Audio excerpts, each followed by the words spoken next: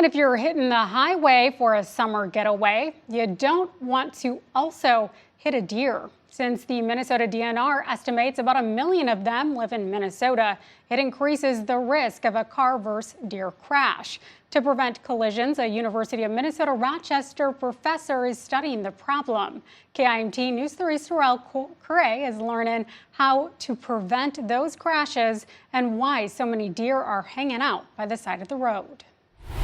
University of Minnesota engineering professor Raphael Stern says it's not the narrow winding roads where deer crashes are more likely to happen, it's the wider roads. He tells me deer crashes are more likely to happen in the fall and spring. At this time of year, the deer are attracted to the sides of the roads because of new plants that sprout up after road crews mow the shoulders and medians.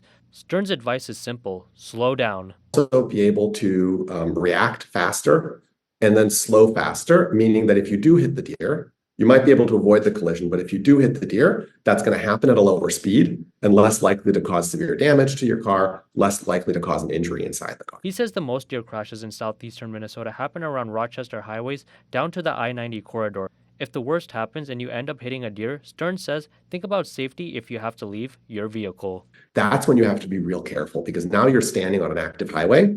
If you have a safety vest in your car, definitely wear some sort of high visibility gear if you have it.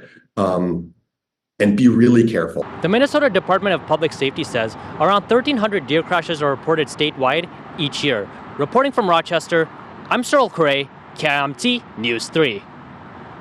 According to the UMR study, road engineers can employ high fencing or motion-activated sensors to reduce the number of deer-related crashes.